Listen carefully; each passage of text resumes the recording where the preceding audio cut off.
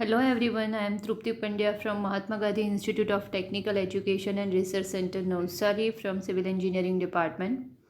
This is part 2 of Concrete Technology Module 1 2 presentation. In part 1, we have seen what is concrete and concrete making material. In concrete making material, we have seen the classification of aggregate, right? So last we have seen how aggregates are classified. Now this is part 2 of our presentation, which cover property of aggregates and cement. Right? Let's start with the properties of aggregate. They are classified as physical properties, chemical properties and mechanical properties. Let's start with mechanical properties. First mechanical property of aggregates is strength. So in each and every property, how we will say write the answer. So or how we will explain the properties of aggregate.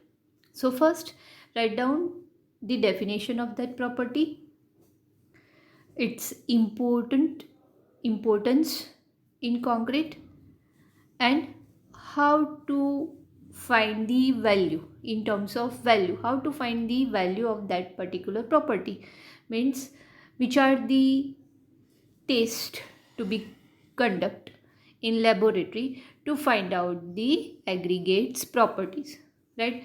These three portion has to be covered in each and every properties of aggregate, right? So let's start with mechanical properties. Strength. The properties of concrete are based preliminary on the quality of the cement paste. The strength is depend also on the bond between cement paste and the segregate. If there is if either the strength of the paste or bond between the paste and aggregate is low, a concrete of poor quality will be obtained, irrespective of the strength of rock or aggregate. It means the third point indicate that if your aggregate is very strong, right? Say basalt, for example, or igneous rock. But if the bonding between the aggregate and cement paste is weak, then overall your concrete become weak, means the strength of concrete become poor. So it indicates that it is not always that the stronger aggregate only the part to gain stronger concrete. Other thing is cement paste and aggregate bond, right? Now to find out the strength of an aggregate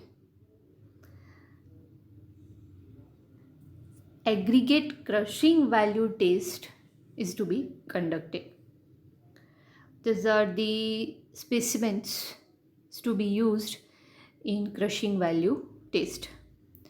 The test specimen is cylindrical in shape of size 25 mm diameter and 25 mm height. Right, this is our cylindrical specimen. The aggregate is placed in the cylindrical mold and a load of 40 ton is applied gradually through the plunger. Right, so these are the tools or mold to be used in the practical performance. Now after filling this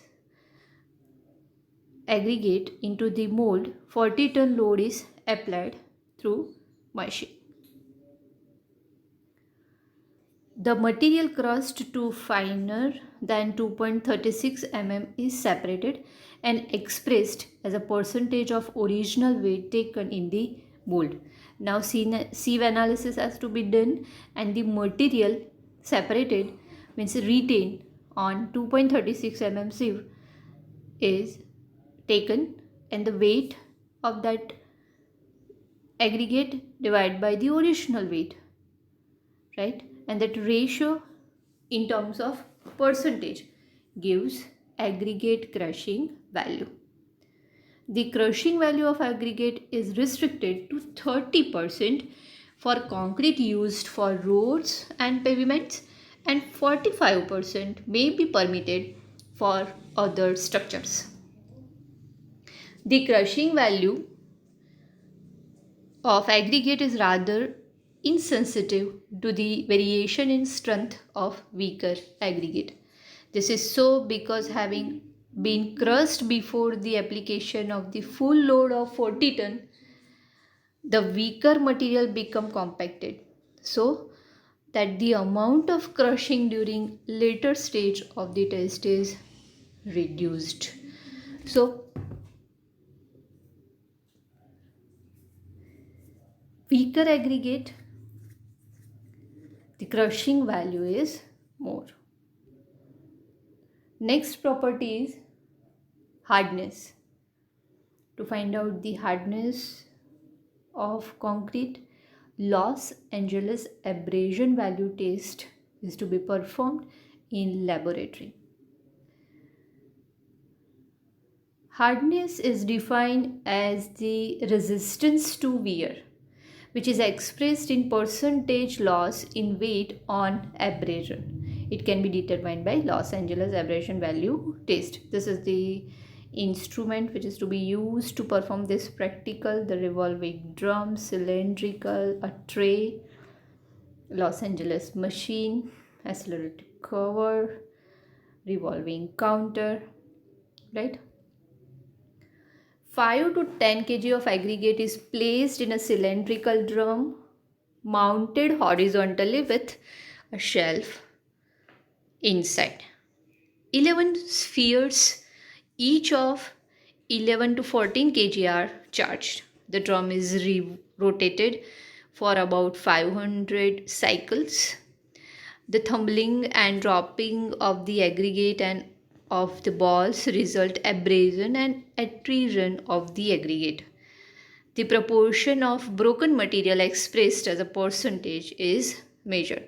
So aggregates are filled into this drum. The steel balls are already there. Then that both get revolved by revolving the drum 500 cycle.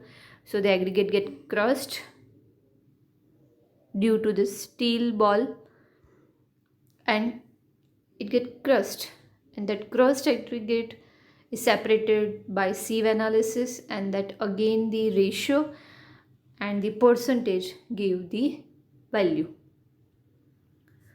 Third property, mechanical property of aggregate, is toughness. What is toughness?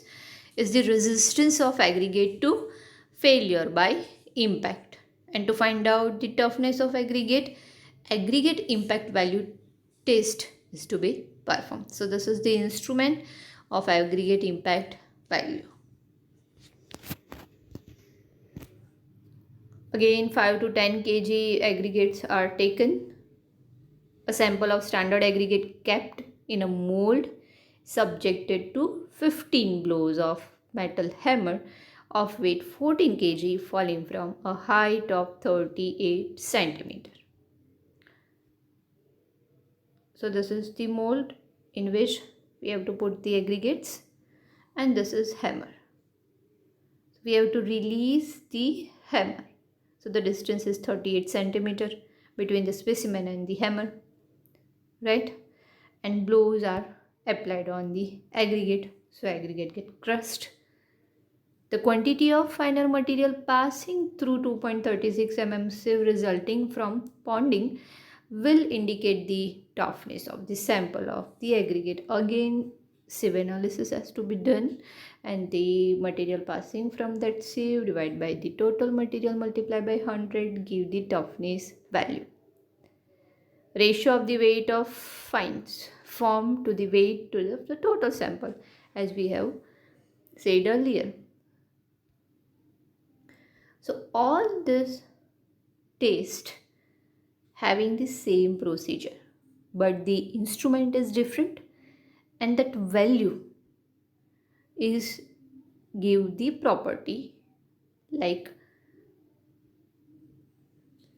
the crushing value test give you strength with this instrument, the abrasion value give the hardness, and the impact value give the toughness. Otherwise the test procedure is almost same with the help of different instrument. Clear? Now, so these are the mechanical properties of aggregate. Now let's see physical properties of aggregate. First is specific gravity.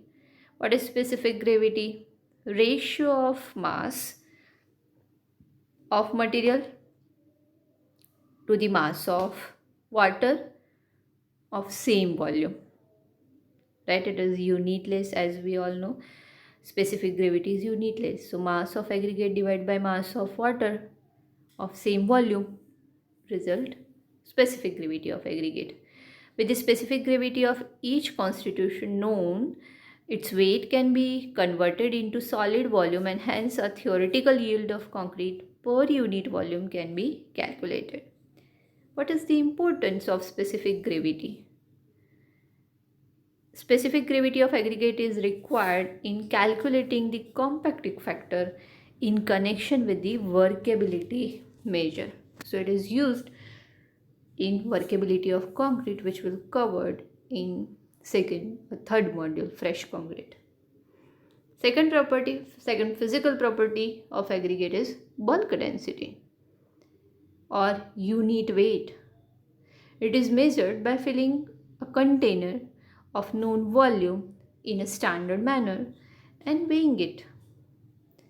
Bulk density shows how densely the aggregate is packed when filled in a standard manner. The bulk density depends on the particle size distribution and shape of the particles. How densely the aggregates are filled in particular space. Right? Irregular shape having higher density means they can fill or they can densely spaced in concrete, while regular or rounded aggregate the bulk density is less. Moisture content, absorption, physical property of aggregate. The porosity, permeability and absorption of aggregate influence the bond between it and the cement paste. The resistance of concrete to freezing, thawing, as well as chemical stability, resistance to absorption and specific gravity. When we deal with aggregates in concrete, the 24-hour absorption during may not be of much significance. On the other hand, the percentage of water absorption during the time interval equal to final set of cement may be of more significance. The aggregate absorbs water in concrete and thus affect the workability and final volume of the concrete. See, the mechanical properties of aggregates are seen. We can see the hardness, toughness, right? We can easily get the value, or we can see the whether the aggregate is hard or tough. But the physical property is the inert property of aggregate that we cannot see directly, right? So yes, aggregate also contain the moisture, right? And the second point tell us that if we pour the aggregate for 24 hours and we find the water absorption which is different from the water absorbed during final setting time, when the aggregates are in concrete and they get set At that time, the obviously the moisture or the action of absorption is different, and all the physical property of aggregates affect the workability of concrete. So it is very important to calculate these physical properties. Now, as I have said earlier, that in aggregate part we are discuss about coarse aggregate means gravel and sand. So let's see sand property, and only this one of the property or say defect I can say sand is bulking. Now what is bulking? Bulking occur when there is a change in volume due to the addition of water to the sand particle. When dry sand comes in contact with moisture, thin film is formed around the particles, which causes them to get apart from each other. This results in increase the volume of sand, and this phenomena is known as bulking of sand. When mixes are specified by volume, the sand is assumed to be dry. The volume of given weight of sand, however, varies according to its moisture content.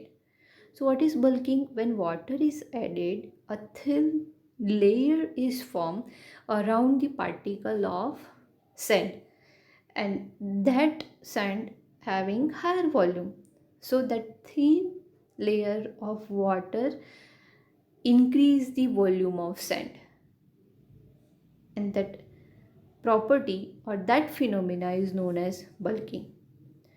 So before mixing, the sand volume is different, and after we add water or make concrete, then the sand volume is different, because water form a film or layer around sand particle. So sand volume get increased, which where we have not calculated it. It is different from the previous one. So that moisture content get vary after mixing. This graph shows that fine sand bulking is more compared to coarse sand. Why? Because fine sand tends to bulk more the coarse sand due to increased ratio of surface area to the volume available for water molecule to interact with the sand particle. So finer sand, bulking is more, means volume is more, because the number of particle is more, then the water film get increased, so volume get increased. Fine sand bulking is more compared to coarse sand. The extent of bulking can be estimated by simple field test. So one field test is there. The sample of moist fine aggregate is filled into measuring cylinder in the normal manner, and the level is say H1. Then water is poured in the measuring cylinder and sand is completely inundated. So the cylinder is set. Since the volume of saturated sand is the same as that of dry sand, the inundated side completely offset the bulking process. And the second level, after pouring of water, the second height of sand is H2. So bulking or percentage of bulking is equal to H1 previous height minus second height divided by second height into 100. Next property is fineness modulus. It is the numerical index to measure the average particle size of aggregate, and fineness modulus, the equation is summation of cumulative percentage of weight retained on IS sieve. Higher the fineness modulus, higher will be coarser particle, right? So to identify whether the sand is coarse, medium or fine, how we will identify? With the help of fineness modulus, and the limit is, if the fineness modulus is between 2.2 to 2.6, it is called fine sand.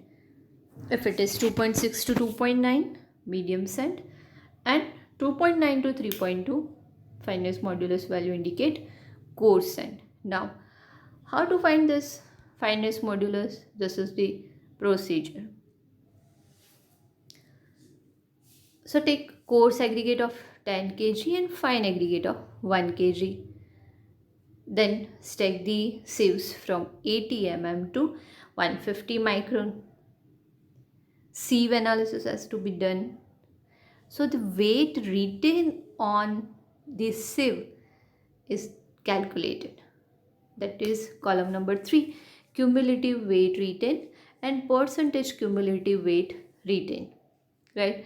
So after sieve analysis, the weight or the material or the aggregate retained on sieve are calculated, and the percentage cumulative weight retained in this column is calculated. At the end, the summation of column number 4 component for coarse aggregate and fine aggregate is calculated. So the fineness modulus is the summation of cumulative percentage cumulative weight retained divided by 100. So through sieve analysis, we get the fineness modulus, and the value of fineness modulus indicate whether the sand is coarse, fine or medium.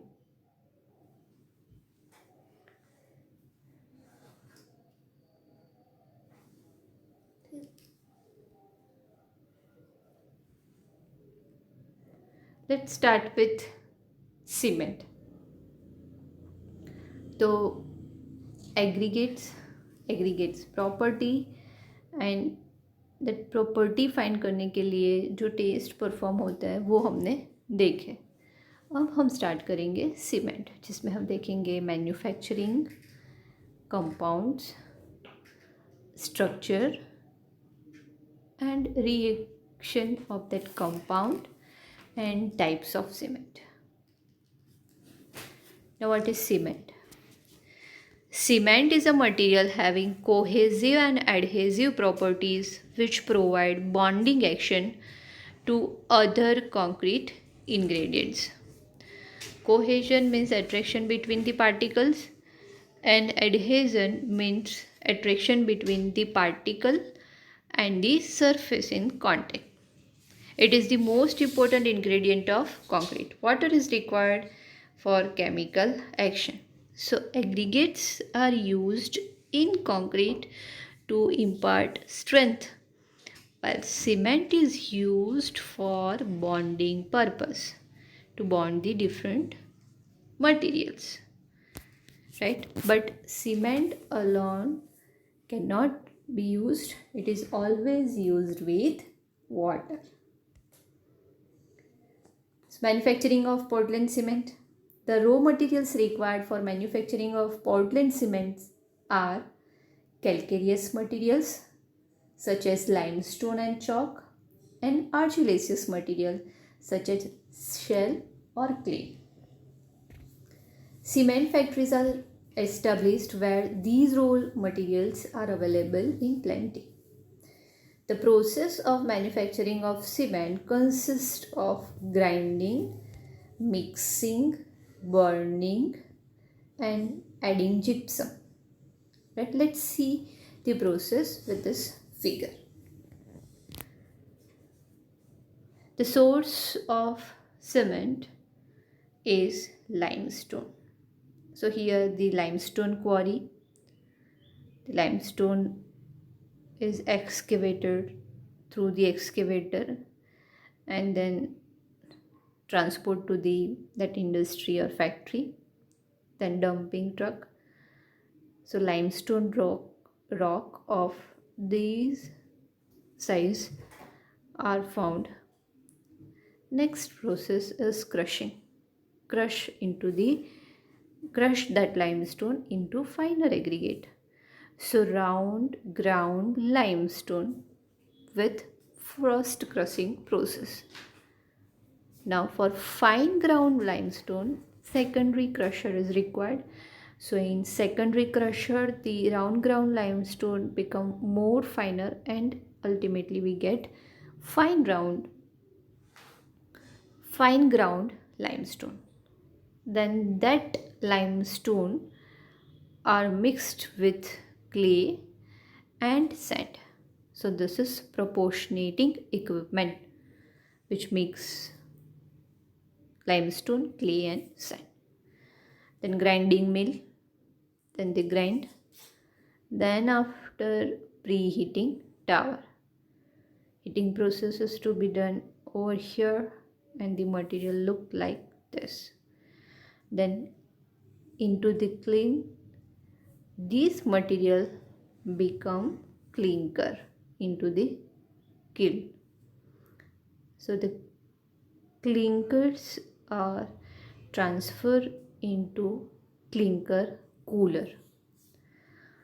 Then gypsum is added into this clinker, and finally the final product, we get the final product, and that cement is stored and transported to the site or the shop. So this is the process. So from limestone to cement, which are the process to be performed? Crushing, then adding sand and clay, heating to make clinker, cooling and adding gypsum to get, okay, in between the proportionating equipment and finishing grinding mill, finally that clinker and the gypsum get grinded and finally we get cement. So grinding the raw material, mixing them, certain proportions depend on their purity and composition, burning in the kiln at a temperature of about 1300 to 1500 degrees Celsius. The clinker is cooled and ground to fine powder with addition of about 3 to 5% gypsum. The product formed by using the process is Portland cement. Clear? Just you have to remember the figure. Okay, one blue color arrow shows the heat recycled. Means here is a heater and here is a clinker, right? So heat exchange or heat recycling is done. So Portland cement as hydraulic cement produced by pulverizing clinker consisting essentially of hydraulic calcium silicate. The main compound of Portland cement is hydraulic calcium silicate. Clinkers are 5 to 25 mm diameter nodules of a sintered material which is produced when a raw mixture of predetermined composition is heated to a high temperature. So what is clinker? Clinker are the 5 to 25 mm diameter nodules and are produced by heating the raw material at higher temperature about 1300 to 1500 degrees Celsius. The raw materials used for manufacture of cement consist mainly of lime, silica, alumina and iron oxide. Please remember the raw material are lime, silica, alumina and iron oxide. These oxides interact with one another in the kiln at high temperature to form more complex compound. So these are the compounds and their percentage in Portland cement.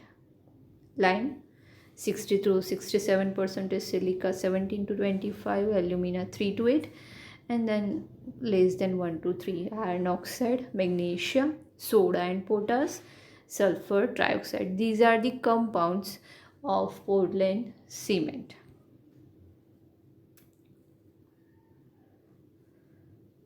Indian standard specification for 33 grade cement specify the following chemical requirement. The ratio of percentage of lime to silica, alumina and iron oxide known as lime saturation factor, and it is calculated with this formula, and that lime saturation factor should not be greater than 1.2, should not be less than 0.66. Let's see the Bogue's compound. The oxides present in the raw materials when subjected to high clinkering temperature combine with each other to form complex compound. The calculation of potential composition of Portland cement is based on the work of R.H. Bogue and others and is often referred to as Bogue's compound. So that lime, calcium and silica also react with each other in clinkering process, in higher temperature process, and they found chemical reaction, and that chemical reaction between this material found a new compound which was found by Bogues and other scientists. That's why it is called Bogues compounds. And the compounds are tricalcium silicate, which chemical formula is 3CaO and abbreviation is C3S.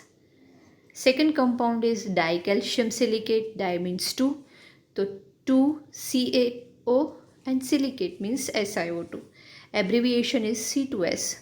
And tricalcium aluminate. Tri means 3. Calcium CaO. Aluminate Al2O3.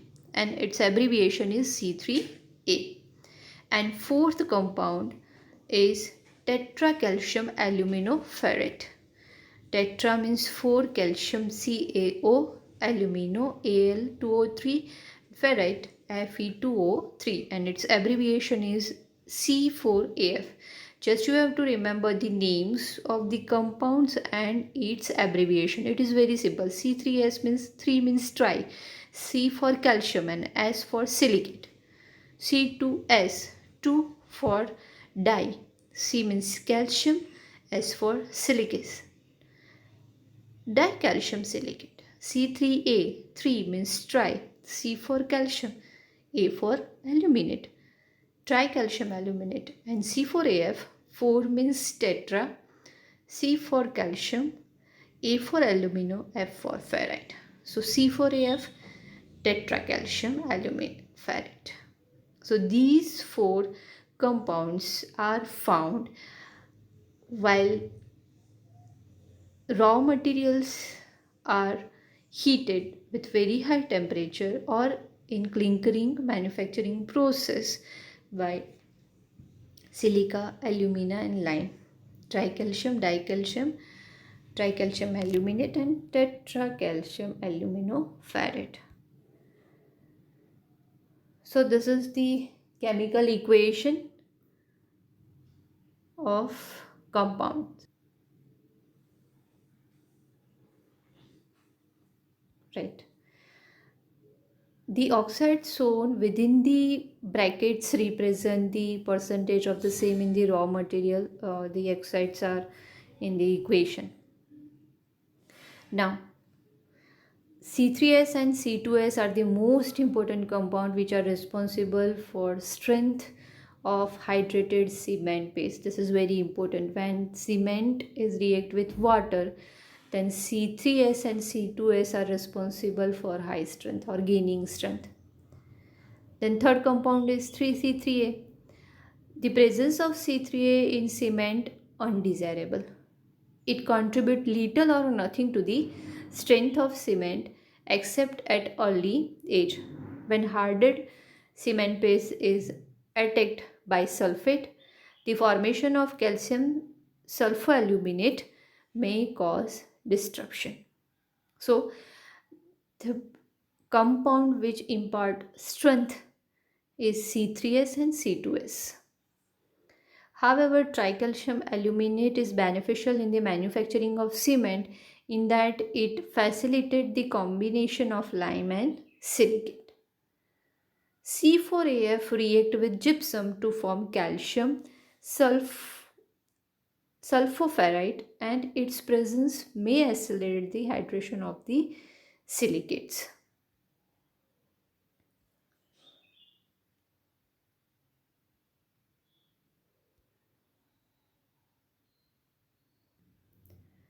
Chemical reaction when mixed with water. On adding water to the cement, the silicates and aluminates present in the cement start a chemical reaction and form a mass known as gel. During this process, a large quantity of heat is generated. The quantity of heat generated depends upon the amount of different constituents in the cement. The main hydrates of cement can be classified as a calcium silicate hydrate and tricalcium aluminate hydrate. The two calcium silicate hydrates are the main comment,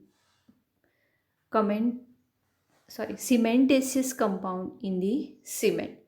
So while adding water in the cement, the C3S and C2S are react first and then C3A react then after. And the as we have said earlier that C3A and C2S impart strength to cement. Let's see after compound of cement, let's see the types of cement. Next topic.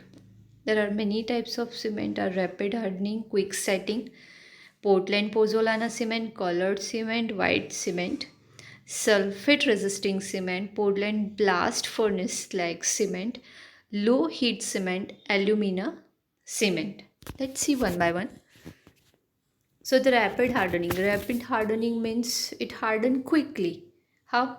So see, 7 days ordinary Portland cement strength is equal to 3 days rapid hardening Portland cement strength. Means जो strength हम normal cement में 7 दिन में gain करते हैं वो हमें rapid hardening में 3 दिन में मिल जाएगी. Very quick. how it become quick? Higher C3S content and higher fineness than OPC. So increasing amount of C3S compound impart higher strength. It is used when formwork is to be removed early for reuse or where sufficient strength for further construction is required quickly. RPC should not be used in large structure section because of its higher rate of heat development. Provide a satisfactory safeguard against early frost damage used in road repair work. So rapid hardening cement get higher strength at early stage. C3S compound impart higher strength.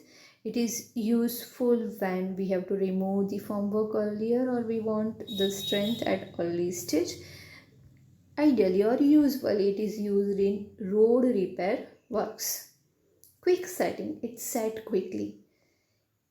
The quick setting cement initial setting time is just 5 minutes. So 5 minute में ही वो set होना start हो जाएगा.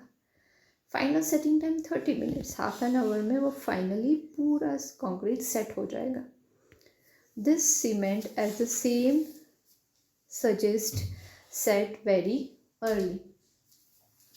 The early setting property is brought out by reducing the gypsum content at the time of clinker grinding. This cement is required to be mixed, placed and compacted very early. This is used mostly in underground construction where pumping is involved. Use of quick setting cement in such condition reduce the pumping time and make it economical. So by adding gypsum at the time of manufacturing we get quick setting cement and it is used for underwater construction work. Portland pozzolana cement PPC is a siliceous and aluminous material which is itself possess little or no cementitious value but will in finally divided form and in the presence of moisture chemically react with lime at ordinary temperature to form compounds. possessing cementitious property. Again, it is normal cement, right? So this cement gains strength slowly, but long-term strength is high. Required curing over a comparatively long period, used when high strength at early stage are not required. So ordinary construction work, PPC is used. Color cement. So in this cement, we have to add the color pigment. We get color cement. There is no change in strength or setting. In addition of pigment should not interfere with the strength of the cement. It is just for look.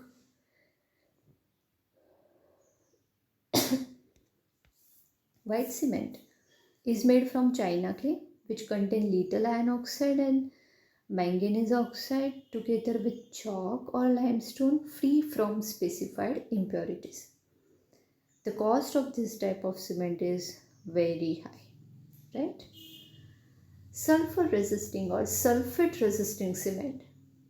How we get? Low C3A content so as to avoid sulfur attack from outside the concrete. Heat developed by this type of cement is not much higher, but the cost is high due to special composition of the raw material.